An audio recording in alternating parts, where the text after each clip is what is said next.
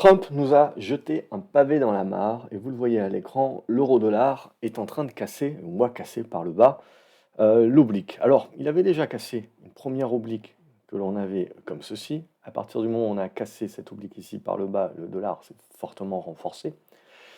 Donc ça pose deux questions. Premièrement, entre aujourd'hui et l'investiture de Trump, il y a quand même 2 mois qui vont se passer.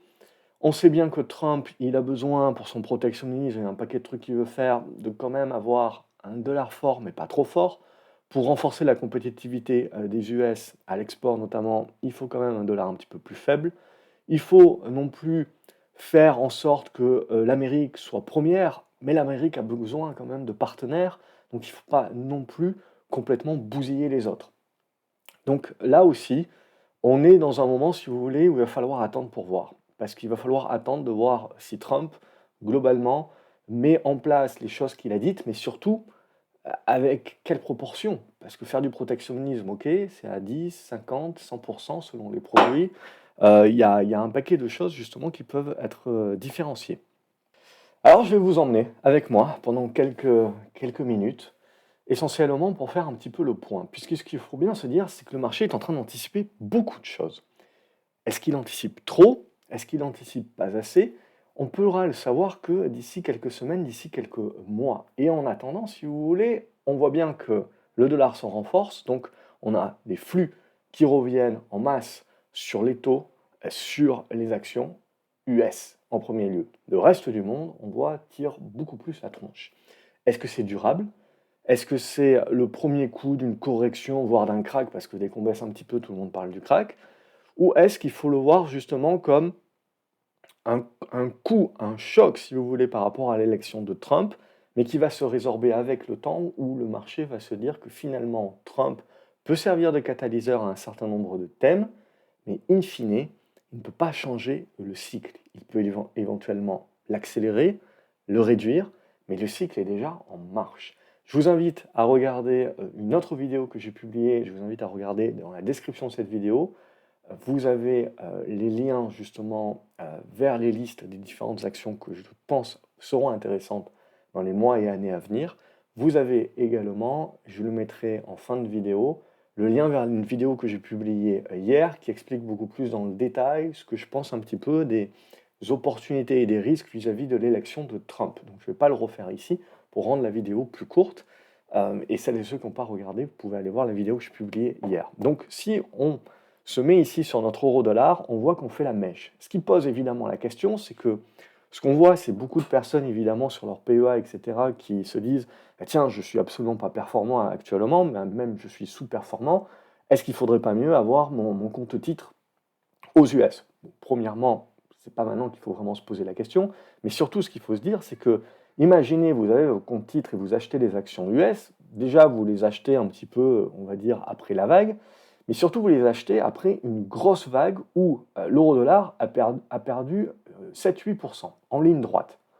C'est-à-dire que même si l'euro fait que du rebond technique, sur l'espace de quelques jours à quelques semaines, votre portefeuille US, s'il n'est pas dénominé en dollars purs, et que vous faites les va-et-vient, ça vous coûte des frais de change, mais il va être énormément impacté. C'est-à-dire que l'idée première de se dire je continue à acheter les US aujourd'hui, c'est quel est le potentiel qui peut me rester éventuellement sur les actions US, et ce potentiel-là ne va-t-il pas se faire rogner in fine si j'ai mon euro qui ne fait ne serait-ce que du rebond technique? Parce que si je gagne 2 ou 3% sur mes actions US, mais que mon euro également gagne de 3%, ben en fait j'ai fait zéro. Donc est-ce que le jeu en vaut la chandelle? C'est ça la première question qu'il faut se poser. À moyen terme, à long terme, ce n'est pas la question, c'est plus sur le court terme. Attention à la volatilité que l'on a retrouvée sur l'euro-dollar, puisque nous, Européens, qui investissons aux États-Unis, si vous n'avez pas un compte dénominé en dollars purs, ça peut énormément vous impacter et c'est absolument pas négligeable. Donc il faut le prendre en considération.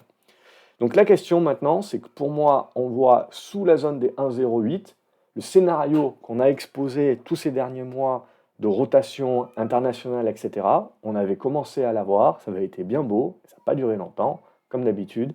Donc là, également, on revient en arrière. Donc c'est caduque, on se la met sur l'oreille, on se la fumera plus tard. Par contre, ce que je trouve intéressant, c'est quelle va être la réaction des politiques européens, s'il y en a une, Quelle va être là, tout le monde est un petit peu divisé dans tous les pays, c'est ça la problématique qu'on a, ça arrive pas dans le meilleur timing, on va dire. Et surtout donc c'est la BCE qui va devoir faire le contrepoids. Et la BCE, il va falloir qu'elle se réveille un petit peu et qu'elle décide de se détacher un petit peu de ce que fait la Fed et qu'elle prenne le taureau par les cornes. Donc c'est là vraiment où j'attends, on va dire, la BCE au tournant, et probablement pour l'euro-dollar et pour les investisseurs, c'est la même chose. On va attendre vraiment Christine Lagarde au tournant, parce que maintenant, éventuellement, pour supporter l'Europe, pour supporter une plus grande indépendance et profiter de Trump pour finalement avoir, entre guillemets, un ennemi commun et un objectif commun pour enfin pouvoir rallier les choses, si tant est que ce ne soit pas trop tard, c'est globalement là où ça va être intéressant et la BCE, pour servir de catalyseur, doit baisser ses taux. Doit baisser ses taux de plus de 25 points de base, doit faire un minimum un 50 points de base et après reprendre du 25 points de base, mais elle doit montrer, taper du poing sur la table. Et ça, évidemment, ça aura un impact si la BCE se délie un petit peu et baisse plus rapidement ses taux que la Fed et que la Banque centrale américaine, ça aura évidemment un impact sur l'euro et continuera éventuellement de taper un petit peu sur l'euro. Ce qui n'est pas mauvais en soi pour un certain nombre d'industries non plus, mais nous également, nous n'avons pas besoin d'un euro qui soit trop faible. Donc on en est là aujourd'hui. C'est-à-dire que le scénario pour moi n'est pas caduque, c'est juste qu'on rentre dans des figures qui sont beaucoup plus larges et comme on en avait parlé plus tôt, les figures étaient encore longues. Et donc ça peut prendre encore beaucoup de temps. Et pendant ce temps-là, vous avez beaucoup de zigzags. Pour l'investisseur de long terme, on peut se dire que ces zigzags donc là sont transparents, c'est pas vraiment important. C'est plus pour l'investisseur de court terme qui a une problématique. Et revenons à la Fed, c'est là où ça devient intéressant. On se retrouve parce que si mon dollar est fort et continue de se renforcer, j'ai un problème avec ma dette et mes déficits. Euh, si mes taux continuent de se renforcer également, parce qu'il faut parler des taux également, qui ont anticipé aussi la victoire de Trump, et donc on est en train de revenir sur des taux à 4, 4,5%. J'ai une compétition éventuellement avec mes actions, j'ai une compétition également de me dire, ça peut commencer à me poser problème à un paquet de business qui doit se refinancer actuellement par rapport à la dette Covid qui était bien moins chère. Donc ça veut dire que j'ai un petit peu peur sur mon ralentissement économique, je ne peux pas lever de la dette comme je le levais avant et pas au même taux, des taux beaucoup plus élevés, donc peut-être que je vais réduire mes investissements. Si je réduis mes investissements, c'est le serpent qui se mord la queue, j'augmente le ralentissement, parce qu'il y a un peu plus de ralentissement, je fais encore plus attention à mes investissements, je réduis mes dépenses, et ainsi de suite, et ainsi de suite.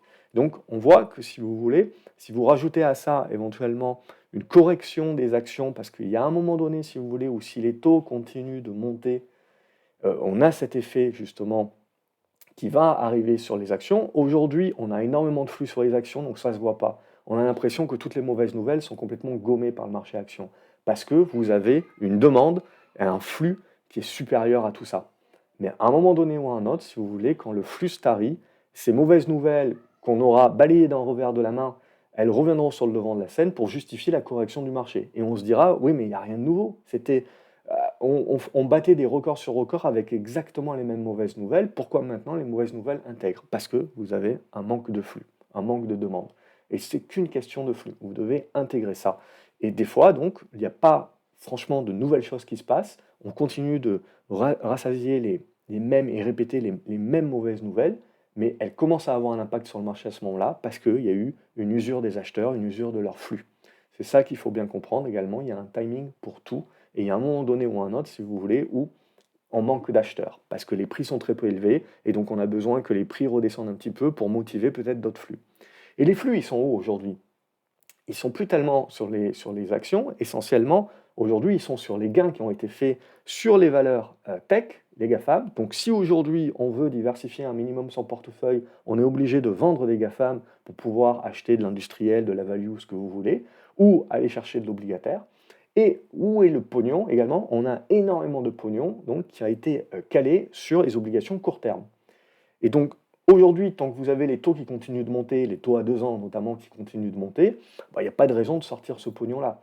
Euh, Si par contre on commence à avoir les taux, donc on arrive à tenir, vous voyez, cette oblique-là, et on a les taux qui commencent à rebondir et rester un petit peu dans la figure, je ne veux pas avoir ça, parce que si je vois ça, c'est quand même une problématique d'inflation, c'est une problématique sur la dette américaine, donc c'est aussi une problématique qu'il ne faut pas que mon dollar soit trop fort et que Trump, à un moment donné, si j'ai ça, il n'a pas non plus les moyens de faire ce qu'il veut.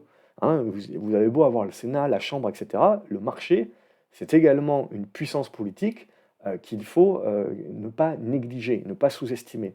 Si les taux augmentent trop fort, ça met une pression sur Trump qui ne peut pas vraiment mettre en place son programme, qui sera obligé de faire en sorte que les taux baissent à minima quand même, et faire en sorte que le dollar ne soit pas trop fort non plus.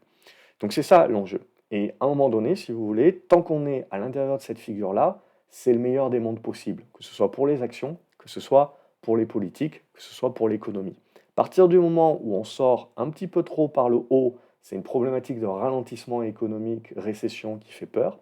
Et si on sort trop par le bas, c'est une problématique d'inflation qui remonte. Alors que ce soit lié au protectionnisme ou pas, peu importe, c'est pas un truc qui va arriver du jour au lendemain parce que vous avez du protectionnisme. C'est essentiellement lié aussi à du redémarrage de la Chine, au fait qu'il n'y a pas de lending aujourd'hui. Donc la question qui se pose aussi, c'est aujourd'hui la Fed continue de baisser ses taux, mais l'économie reste résiliente, les taux longs restent hauts. Donc à un moment donné, si vous voulez, vous n'avez pas une raison supplémentaire de trop les baisser non plus. C'est pour ça que je vous dis souvent qu'il faut quand même intégrer que dans les prochaines années, l'inflation restera plus élevée que ce qu'on a connu ces 10 dernières années, et les taux ne descendront pas aussi bas que ce qu'on a connu ces dernières années non plus. On les baisse, mais on va rester plus haut que ce qu'on avait connu. Ce qui n'est pas mauvais, ce qui est sain pour l'économie, ça permet de zigouiller un petit peu tous les trucs qu'on investissait pas rentables parce que l'argent était gratuit, toutes les boîtes zombies, etc., parce qu'il y avait de l'argent gratuit. Non, ça va nous permettre aussi, en tout cas aux US, ça leur permet de pouvoir investir sur des trucs un peu plus rentables, à 3-4%, pour justifier les emprunts. Et à partir de ce moment-là, en règle générale, on a des investissements également qui sont plus rentables et on a une meilleure utilisation du capital. Donc ça, c'est pas mauvais en soi. Donc on regarde un petit peu tous ces éléments-là. Et on comprend bien, si vous voulez, que même si je vais regarder du coup du côté du Brent, du pétrole, je comprends bien que je suis au milieu du gué. D'un point de vue long terme macro, je suis au milieu du gué, je suis en attente. Et tout le monde est en attente de se dire, bon ben ok, Trump a gagné, très bien, mais maintenant il faut qu'il soit investi et il faut qu'il commence à prendre ses premières décisions.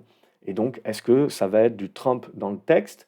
Est-ce que ça va être plus poussé ou moins poussé que ce qu'on avait prévu? Donc au niveau du pétrole également, on voit que pour l'instant on est dans une congestion. Si on casse par le là-bas, tout le monde va crier à la récession, mais in fine, vous avez quand même un socle. C'est que premièrement, la croissance mondiale, même si elle décélère, c'est quand même une croissance mondiale. La démographie mondiale, même si elle décélère dans l'Occident, c'est quand même une croissance. Les classes moyennes, même si elles décélèrent en Occident, elles sont en énorme croissance de plus de 100 millions de personnes euh, dans les pays émergents. Donc tout ce qu'on a connu aujourd'hui, tout ce qu'on a connu pour arriver dans le monde d'aujourd'hui financier, qui a été boosté par l'Occident, vous avez quand même le monde émergent, qui est plus émergé que émergent, qui est en train de prendre le dessus aussi. Donc pour moi, même si le pétrole casse par le bas, c'est quelque chose à intégrer comme court terme, mais vous avez un socle. C'est ça qu'il faut bien se dire, c'est que vous avez un socle aux alentours des 60 dollars probablement, parce qu'à un moment donné, Trump, il va aussi devoir décider de re-remplir les réserves stratégiques de pétrole. Il vaut mieux le faire à 60-70 dollars que le faire à 100 dollars. Donc ça aussi, c'est un soutien au prix. On voit bien que l'Arabie Saoudite et tutti quanti, là, ils sont en train de pousser pour se dire, bon ben moi, je décide de faire du volume dorénavant pour vendre un maximum parce que finalement, je suis un petit peu dans la panade au niveau de mon financement aussi. Donc j'ai besoin de faire des recettes. Tant pis si je vends finalement à 60-70 dollars et pas à 100 dollars, mais j'ai besoin de faire du volume, j'ai besoin de vendre et pas qu'il me reste du pétrole sur les bras dans la décennie à venir. Donc j'ai besoin d'aller au taquet, tant pis, ça se fera à 60 dollars ou 70 dollars. In fine, le pétrole pas cher aussi, c'est moins de recettes pour la Russie. On sait bien que la Russie est à l'agonie quand même, peu importe ce qu'on peut dire à droite et à gauche. On voit bien que ça leur coûte énormément d'hommes. C'est un drame démographique aussi. N'oubliez pas que, on en parle très peu, mais si vous vous intéressez réellement à la Russie a très peur également, à un moment donné, de se faire envahir la toundra, je dirais, par les Chinois. Les Chinois sont déjà en train de prendre les ressources. On voit ce qui se passe en Afrique, on voit ce qui se passe également en Russie. Mais la troisième force politique russe, la campagne, c'est justement sur la crainte un petit peu de pouvoir conserver les frontières, et notamment les frontières avec les Chinois. Bref, je pousse pas beaucoup plus le truc par là, mais il y a des lectures qui sont toujours très intéressantes à faire, et de bien voir à un moment donné, si vous voulez, que il y a beaucoup de choses qui se passent, qui sont pas forcément les premières choses qu'on va vous dire dans les médias ou dans les trucs que vous allez lire à droite et à gauche pour savoir si on est pro-russe, on n'est pas pro-russe, peu importe. Mais l'idée est là, si vous voulez, c'est qu'il y a beaucoup de choses en arrière-plan auxquelles il faut penser. Et, et ces histoires, si vous voulez, de nationalisme, etc., si vous voulez, c'est pas seulement que dans quelques pays. C'est quand même des questions qui sont très importantes. Donc, si on balaye un petit peu cette question-là, pour moi, au niveau du pétrole, on est toujours bien coincé parce que vous devez un petit peu sortir la tête de l'ornière et de vous dire, bon, ben, on est en train de zigzaguer, qu'est-ce qu'on est en train de faire? On est en train de normaliser. L'économie, on normalise. Les taux, on normalise. L'euro-dollar, finalement, on normalise aussi. Le pétrole, on est en train de normaliser. Le choc Covid, je pense que tout le monde sous-estime le choc que c'est. On est obligé de normaliser dans le temps pour éviter le choc. Donc c'est la sinusoïdale. La sinusoïdale qui petit à petit va créer les congestions, hein, et va réduire la volatilité et les congestions. Et après, on va sortir d'un côté ou de l'autre. Si vous sortez par le bas ici sur le pétrole, évidemment, je ne vous dirai pas le contraire, ça sent mauvais pour l'économie. Et l'idée que j'ai, c'est plutôt qu'on finisse par sortir par le haut et qu'on fasse de la croissance linéaire et de l'inflation linéaire. Maintenant, on est tout à fait neutre dans le graphique. Donc à ce stade-là, c'est un graphique mensuel, vous voyez, ça peut encore durer des semaines, des mois, avant qu'on sorte et qu'on ait le bébé qui puisse sortir. Euh, Ce qu'il faut regarder, et ce que je trouve très intéressant actuellement, c'est le CAC Mid and Small. Alors regardez un petit peu ça. Le CAC 40 Mid and Small, on est sur le bas de la figure. Si je vais regarder maintenant mon iShares Russell 2000, on est sur les plus hauts, on est en train de consolider la hausse, mais on est sur les plus hauts. Donc vous voyez tout de suite la différence. Maintenant, il faut comparer ce qui est comparable. Quand vous allez regarder les capitalisations des 2000 plus grosses boîtes US, enfin c'est 2000 plus petites boîtes US Russell 2000, c'est des capitalisations, si vous voulez, qui sont l'équivalent de nos grosses à nous. Donc c'est pas vraiment comparable. Finalement, nos petites moyennes caps, ce sont des nano-caps par rapport aux US, aux capitalisations que vous allez avoir aux US. Et ça, je pense qu'il ne faut absolument pas négliger. Aujourd'hui, l'Europe devient, en termes de capitalisation, mis à part quelques grosses caps, un tout petit marché. Et les US sont en train d'être dans le winner takes all, c'est-à-dire qu'ils ils sont en train de représenter de plus en plus la capitalisation mondiale. Ce qui crée deux problématiques. La première problématique, c'est de se dire aujourd'hui, c'était pas aux US, t'es le roi, t'es le couillon, quoi. Euh, donc ça oblige, ça renforce, si vous voulez, la prophétie autoréalisatrice, quelque part. Si tout le monde est concentré sur les US, ça veut dire qu'à un moment, il y a une problématique, je vais enlever le son des alertes, il y a une problématique aussi de concentration et de volatilité. Parce que à force de faire du rachat d'actions et compagnie, vous réduisez le flottant des actions. J'avais fait plusieurs vidéos sur le thème. Donc, tant que tout le monde dit you play, olé, c'est super. Mais à un moment donné, si vous voulez, ça marche aussi dans l'autre sens. Si vous avez de moins en moins de flottants et que vous manquez de contrepartie, à un moment donné, si tout le monde, plus ou moins, a envie de sortir au même moment, vous créez de la volatilité sur des très très grosses capes. Et la volatilité, quand vous achetez des grosses capes, bah, c'est justement ce que vous essayez d'éviter. Alors quand vous l'avez à la hausse, finalement, vous dites c'est pas un gros problème, la volatilité c'est même sympa. Et quand vous la retrouvez à la baisse, vous allez tout de suite vous rendre compte que peut-être vous avez pris plus de risques que ce que vous pensiez et ce que vous êtes prêt à accepter. C'est là où on peut avoir les effets boule de neige. Donc ça aussi, c'est les effets techniques de marché qu'il faut absolument prendre en compte. Il y a la macro, il y a la microéconomie, mais n'omettez absolument pas les effets techniques du marché. Et je pense qu'on y aura droit ces prochains mois à ces effets techniques, de la même manière que ces dernières semaines, on a pu y avoir droit, notamment à l'été, etc., où on a pu bien voir un petit peu de la volatilité. De la même manière, on voit bien que le marché est très hétérogène. Il y a des trucs qui marchent bien, et des trucs qui se font défoncer. Il y en a vraiment pour tout le monde, il y en a pour il y en a pour tous les goûts. Donc si on continue un petit peu notre tour, on voit bien que l'Europe se fait sabrer actuellement. Mais quelque part, ça avait commencé bien avant Trump, ok? On est dans Trump qui ne change pas la donne, mais qui va jouer un rôle de catalyseur. C'est donc pour moi, au niveau du CAC 40, vous voyez, on est venu chercher notre oblique de notre triangle symétrique. On fait un rebond aujourd'hui. Rebond pour l'instant qu'on ne peut considérer que technique parce qu'il est dans l'incapacité, il est en pullback, on va dire, sur la zone d'ancienne support horizontal qui fait maintenant résistance aux alentours c'est 7350. Il faudrait que le CAC 40 ait la force de pouvoir revenir au-dessus des 7004, 7005 pour qu'on se remette dans le haut de la figure. C'est pas un truc qu'on va privilégier pour l'instant, même si éventuellement, ben, on peut continuer de construire et éventuellement y revenir après coup. Ça c'est un scénario très positif. Ça, c'est un scénario positif où finalement, si vous voulez, on se met à penser que la Chine redémarre et on se met à penser que Trump va pas y aller non plus trop franco. Dans le cas contraire, c'est la cassure par le bas qui va nous intéresser, avec une autre oblique que je placerai aux alentours des 7000 points, mais éventuellement, surtout, je commencerai à ce moment-là à voir les choses en biseau descendant, avec une zone de support. Tout le monde va vous dire 6008. Je serai un petit peu au-dessus de 6888 hein, pour garder ça dans le petit. Alors, je vais stopper la vidéo vite fait pour voir sur Atekore si je fais la Q. Donc voilà, sur le CAC 40, je sais plus ce que je disais, mais en gros, vous voyez bien qu'avant de parler de retournement haussier, ben, on a une figure de congestion. Cette figure de congestion, c'est soit le triangle, soit le biseau. Ok, donc je le dégrossirai comme ça pour l'instant. Mais ça reste une tendance qui est haussière à long terme. C'est juste que voilà, on est dégradé à court terme et on est dans une normalisation, neutralisation de moyen terme. Donc il y a une phase d'observation et une phase d'attente. Mais là aussi, c'est de l'indice. Si on sort de l'indice, il y a encore des choses qui sont très intéressantes et on en reparlera dans la vidéo 2 notamment. Si on va regarder nos copains allemands, toujours intéressant de regarder.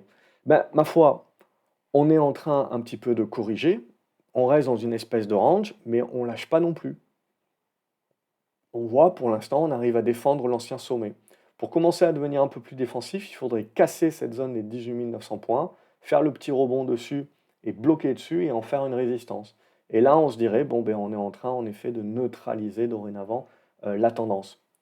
Ce ne serait pas une tendance baissière encore, ok? Ça serait juste la fin d'une tendance haussière et on rentrerait dans une nouvelle neutralisation.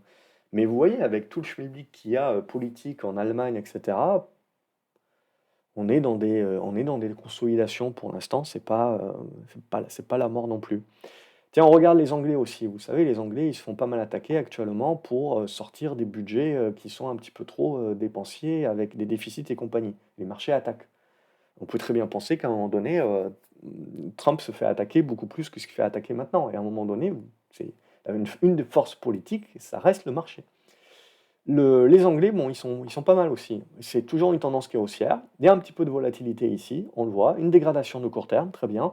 Mais pour l'instant, on reste dans les clous. On reste dans soit un triangle symétrique, soit un triangle un triangle rectangle, si vous voulez, qui va avoir un support aux alentours de la zone des 7009, etc. On n'est pas dans des retournements baissiers. Alors, ça peut arriver, hein, ça c'est plutôt pas bon parce que là, maintenant, on a une médiane qui, sous cette médiane, joue un rôle de résistance, et tant que vous n'allez pas casser ça par le haut, ça va être compliqué. Donc, tant que vous restez dans le bas, éventuellement, on peut avoir une correction avec une deuxième jambe qui arrive. Mais voilà, les résultats de Nvidia seront très certainement attendus au tournant sur les semi-conducteurs. Regardez, ça c'est une congestion aussi. On est plutôt en train de travailler le bas de la figure. Donc là, attention sur le Nasdaq et les valeurs de qualité qui ont fait toute la hausse. La problématique, c'est la dégradation actuelle qui peut se mettre en place. Et là aussi, éventuellement, bon, pour l'instant, je pars sur des biseaux descendants dans mon idée, dans mon scénario. Donc voilà, on a tout ce petit monde ici. Si je vais prendre les 50 plus grosses capes européennes, vous voyez, la dégradation est à peu près équivalente à la France. Mais là encore, vous avez la dégradation et on a quand même des réactions acheteuses assez fortes, vous voyez. Euh, alors c'est peut-être que du pullback à ce stade-là, mais ça démontre que voilà, on trouve quand même des acheteurs très rapidement sur le moindre support. Donc on ne lâche pas non plus d'un coup. Donc on retrouve la volatilité, parce qu'on quand même sur des indices, on fait des -2, +2 à 2 jours d'intervalle. Donc voilà, c'est de la volatilité qui revient, mais c'est plus de la neutralisation qu'autre chose. Donc là aussi, il faudra commencer à construire les figures petit à petit qui nous permettront voilà, d'avoir un avis. Alors, je ne sais pas encore comment le tracer à ce stade-là, mais voilà, un avis de figure large de construction. Donc on rentre voilà, plutôt que d'y voir un pivot dans Trump et tout ça, pour moi, on est toujours les constructions. On va peut-être aller chercher les bas de ces constructions qui nous permettent de valider les figures que pour l'instant je n'émettais qu'en hypothèse avec 2 points et cetera. C'est toujours la même chose. Je vous parle d'hypothèse, donc c'est normal si vous voulez qu'à un moment donné j'ai que 2 points d'impact parce que je fais une hypothèse. Donc j'ai besoin derrière d'avoir un peu plus de points d'impact pour ajuster cette hypothèse au fur et à mesure. Donc on est là-dedans où on a besoin d'un peu plus de chandelier pour ajuster les choses au fur et à mesure. Mais pour moi, voilà, on est dans des choses que je trouve très intéressantes. Les dividendes, donc c'est plus les actions value. Vous voyez, là aussi on est dans une consolidation à plat, mais on est sur les plus hauts. Si je vais regarder mon Nasdaq, donc les rotations sont encore à l'œuvre. On voit bien la diversification, c'est-à-dire que je continue d'acheter des GAFAM, et cetera, mais in fine, finalement, si j'ai, des gros comptes, et cetera, qui vont vendre un peu de GAFAM pour aller rediversifier et acheter de la rotation. Et donc les portefeuilles, petit à petit, sont de plus en plus diversifiés. Et ça, pour moi, c'est un phénomène qui va continuer. Donc il faut jamais penser la rotation, des fois j'ai des commentaires, mais il faut jamais penser que la rotation, c'est en mode on-off, c'est 0-100%, non. C'est où tout le monde a concentré un petit peu les mêmes valeurs pendant des années, bah, il va falloir des mois, pour petit à petit, les réduire et augmenter les autres. Donc c'est normal, si vous voulez, que les GAFAM performent encore très bien, mais que vous ayez également la rotation, les actions rotation qui performent très bien aussi. Donc on a ces changements-là. Et pourquoi ça performe très bien? Parce que vous avez besoin, ces valeurs ont été asséchées de volume et asséchées de flux pendant tellement d'années, tellement de temps, comme les marchés européens, que finalement vous n'avez pas besoin qu'il y ait beaucoup de volume et beaucoup d'achats qui reviennent sur ces valeurs-là pour les faire augmenter très rapidement parce qu'il y a un manque de contrepartie. Il n'y a pas de vendeurs. Donc en fait, les acheteurs sont obligés, s'ils le veulent vraiment, de payer de plus en plus cher. Donc vous devez comprendre ces phénomènes techniques de marché parce que ça va vous expliquer beaucoup de choses. Au niveau de Nasdaq, on est sur les plus hauts, on est en train de consolider à plat.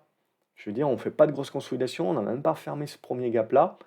Alors si on va le fermer, OK, tant mieux. On peut revenir sur cette zone des 20 005, 20 006 et à fort à parier que ça sera vu comme une opportunité d'achat par beaucoup et qu'on rebondira. Donc moi, je veux dire qu'on vienne chercher ici, qu'on rebondisse ou qu'on rebondisse dès maintenant pour essayer d'aller chercher 21 500, pour moi, il y a encore du potentiel vers 21 500, 21 700 sur le Nasdaq. Ce n'est que si on va retravailler ce gap ici et qu'ensuite on est dans l'incapacité de remonter au-dessus des 20 007 que je considère que ça sera mon signal de faiblesse. Et donc de début de neutralisation de la tendance. Mais voilà, il faut procéder par étapes. On ne peut pas juste jeter des trucs en l'air comme ça. Et c'est du 50-50. De dire que le marché va se crasher aujourd'hui ou qu'on est qu'au début, on est sur du 50-50. Donc pour l'instant, on est dans la très bonne config. La consolidation n'est pas énorme par rapport à la hausse qu'on a connue. Donc pour moi, ça me fait penser qu'on en a encore sous le pied.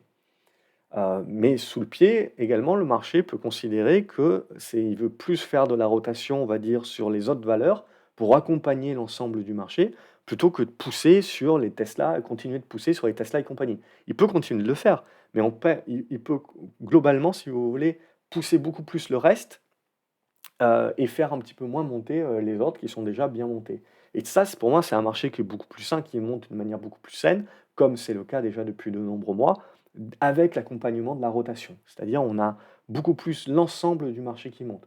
Il y a toujours évidemment des retardataires, des trucs qui montent pas, des mal-aimés, bien entendu, pour diverses raisons. Mais on a quand même beaucoup plus de participants que ce qu'on pouvait avoir début 2023, où en gros, on avait le marché qui tournait sur 10 pattes et il a fallu avoir cette rotation qui se mette au fur et à mesure en place. Et depuis le temps que je vous en parle, beaucoup de personnes qui feront toujours les commentaires: «Ah, tu nous en parles depuis longtemps», mais c'est justement, vous comprenez bien que les rotations, ça ne se fait pas du jour au lendemain. Quand vous avez un gérant qui a des milliards, si vous voulez, il est investi essentiellement à 90 on va dire, dans les mêmes valeurs, et ben, il va, petit à petit se désinvestir de 1 de 1 de 1 et puis aller chercher de la rotation et rediversifier. Son but, c'est de protéger ses gains, c'est de protéger son capital, c'est pas forcément de battre le marché, c'est à un moment donné d'être protecteur. Parce que, si vous voulez, on l'excusera toujours globalement de ne pas forcément battre le marché, mais on ne l'excusera pas de, sous-performer d'énormes. C'est pour ça qu'à un moment donné, même des mecs qui ne suivaient pas Nvidia et qui n'avaient pas vocation à acheter du Nvidia dans, leurs fonds et dans la description de leurs fonds parce qu'ils étaient plus value, bah, ils se sont mis à acheter du Nvidia. Parce qu'à un moment donné, vous êtes obligé de performer parce que vous avez la pression du client. De la même manière, si vous voulez, à un moment donné, vous êtes obligé de rediversifier votre portefeuille et d'aller chercher un petit peu plus de protection parce que le client, à un moment donné, ne vous pardonnera pas de ne pas avoir, su, quand est-ce que le vent allait tourner et ce vent, si vous voulez, il ne tourne pas, d'un moment à l'autre. C'est du processus, c'est du temps, ça met du temps tout ça et plus votre tendance en amont a été longue, comme ça a été le cas pendant des années pour nous, bah, plus, cette rotation, elle prend du temps aussi à se faire. Donc il faut apprendre à laisser le temps au temps.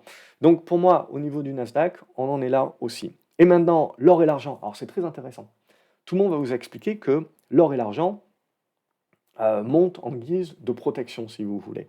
Et monte aussi le Bitcoin en guise de, voilà, Trump est pro-Bitcoin et ça joue un rôle de refuge. Alors c'est très intéressant, ça posait pas de problème cet argumentaire tant que vous aviez l'or et le Bitcoin qui montaient de concert. Et puis, une petite problématique, c'est que vous voyez que l'or s'est fait défoncer dernièrement avec une bonne correction de 300 dollars et Bitcoin a continué de faire record sur record.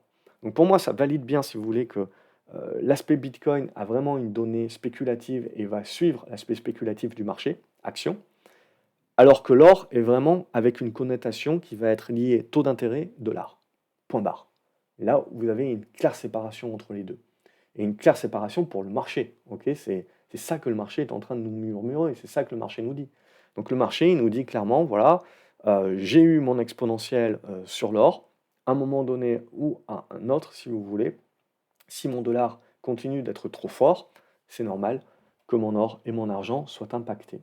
Donc là aussi, à un moment donné, quand on va parler de déficit, d'investissement, de besoin en ressources, Trump ne peut pas non plus avoir des taux qui sont trop hauts et un dollar qui est trop fort. Il faudra aussi qu'il fasse quelque chose pour cela lorsqu'il sera investi. Mais pendant tout ce temps-là, si vous voulez, on va commencer à tracer des congestions, des consolidations, des normalisations, des neutralisations. Tout ça, on est en train de construire partout maintenant des phases de neutralisation qui nous donneront les tendances futures. Voilà, j'espère que c'est le plus clair possible. Vous me dites dans les commentaires et après, maintenant, dans la seconde vidéo, on va rentrer dans le détail des secteurs d'activité et des actions que je trouve les plus intéressantes dans cette considération et ce phénomène macro actuel en attendant que Trump soit intronisé et commence à nous faire voir un petit peu en pratique est-ce que sa politique sera proche ou pas de la théorie et des promesses de campagne.